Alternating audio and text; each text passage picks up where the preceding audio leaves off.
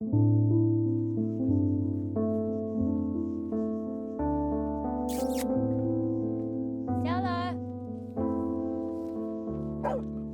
Hi, guys. Want your treat? Come on. Want your treat? Come on. Yeah, it was tough. I grew up in a family of people doing alcohol and drugs. As much as I never wanted to be like them, and I always told myself, you know, I would never fall into their footsteps. Unfortunately, I did at a very young age. My whole life, you know, I feel like I know who I am. I know how strong I am. I know what I could get through. I could get through anything. But then you get stuck in addiction and a heroin addiction, and every bit of strength that you ever thought that was inside you, you have no control over it. You want to so bad not use, but you can't help it because you're physically sick. Your body needs it. It cries for it, you know? When I got out of detox this last time, I didn't know if I was gonna be able to make it on my own. I had those fears, and I felt the addiction pulling.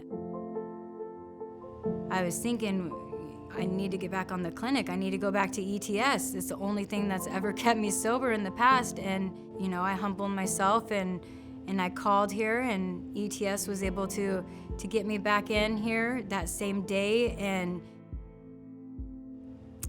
I don't know if we'd be here having this conversation if they weren't able to do that. I was seconds away from relapsing again, ultimately, and losing my life. What's new with you? How's everything been going? Good. Noella was my counselor the first time, and I asked if I could have her again when I came back. She was just so happy that I didn't lose my life out there. I have OD'd a few times, and a lot of people don't make it back. Noella was able to work with me to, you know, fill my time with positive influences in my life and not, you know, just be stagnant. When I see the progress she's made, it gives me chills. Like, to see somebody come so deep in addiction to come out of that is just amazing. And her story, like, she's literally accomplished so many things, it almost sounds unreal, you know?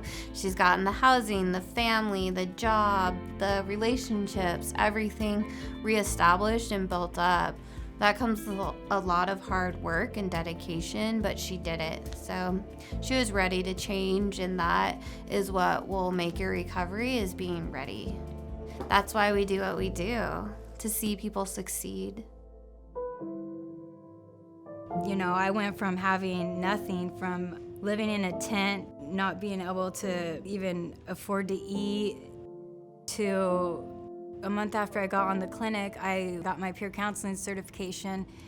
It's given me a positive influence in people's lives, you know, and to be able to share my story with them and, you know, hold on to the hope for them until they're able to hold on to the hope for themselves. It's so rewarding watching that light get brighter and brighter.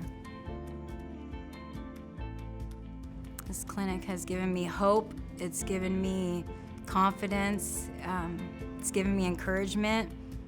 And today I could honestly say that I'm happy, and I want to live. I want to choose life.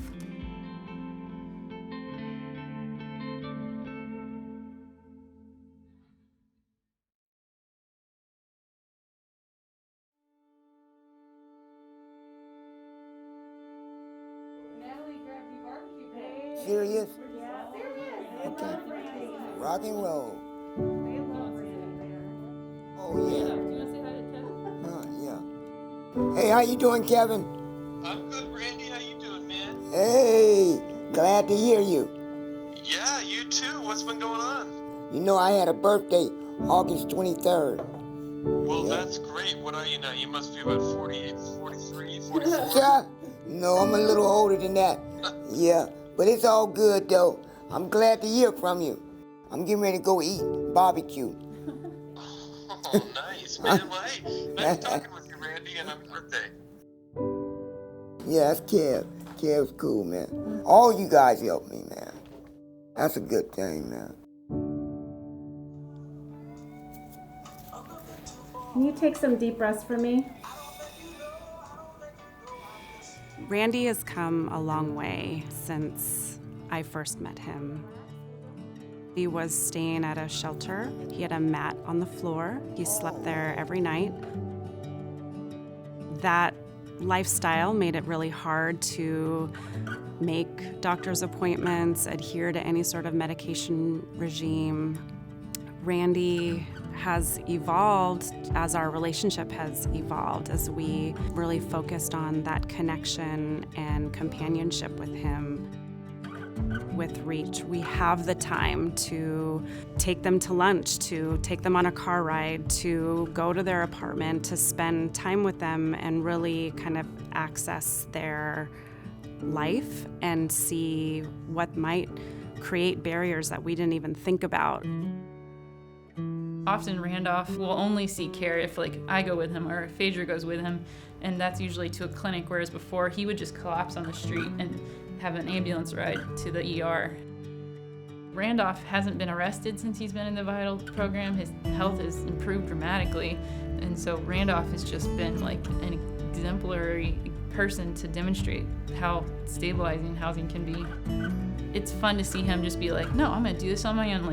You guys gave me this schedule and you guys gave me these building blocks, and this is kind of how I'm gonna stand up on my own within it. That's really fortifying to see as a case manager.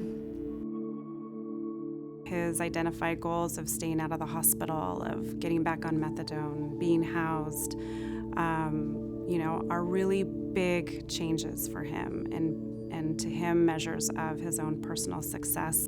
And I think that's something as a nurse is my ultimate goal, is to always align myself with the client and make sure that their voice and their wishes are matched appropriately.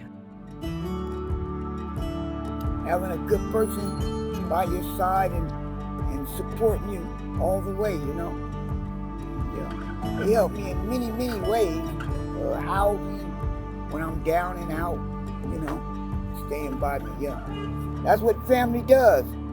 Supports you, no matter what, That's a good thing.